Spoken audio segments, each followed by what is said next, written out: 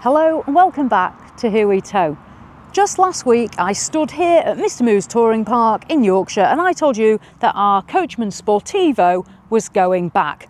It was a very sad moment, we had a great time in it and I answered a lot of questions. I'll put a link to that video down there in the description. However, I also announced that we would be collecting a new Coachman and testing that out. And here it is. This is the Coachman Travel Master 545. I will be doing a detailed review on the channel, obviously, of the 545, and we'll be having lots of trips and tours in it so you can see that content and how we get on. Now, obviously, I've got some questions.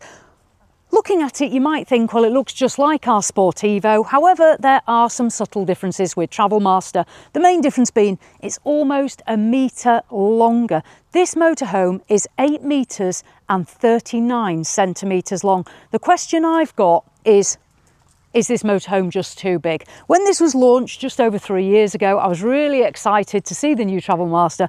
I ran round it, looked at it, got very excited, and then I did actually think at that point, that's a big bit of kit, and realistically, is it too big for many pitches? Is it too big for country lanes? Is it too big to tour in?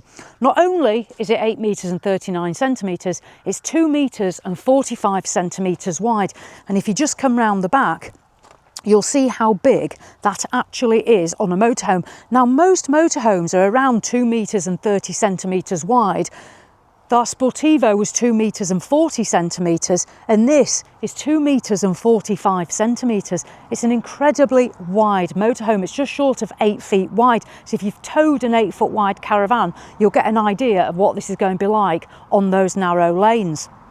Not only is it long, not only is it wide, it's also very heavy. It's 4.5 tonnes gross vehicle weight. The Sportivo was 3.5 tonnes.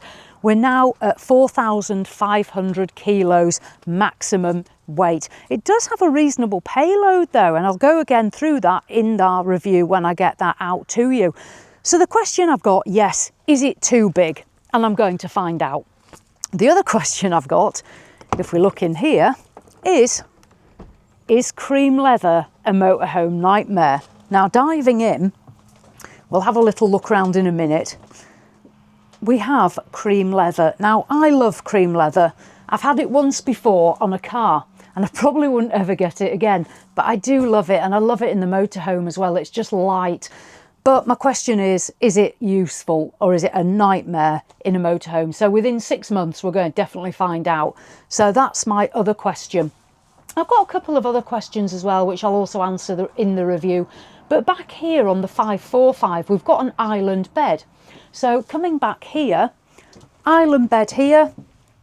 Now, if you don't want an island bed, there is the 565, which has got the longitudinal beds, which we had on the Sportivo.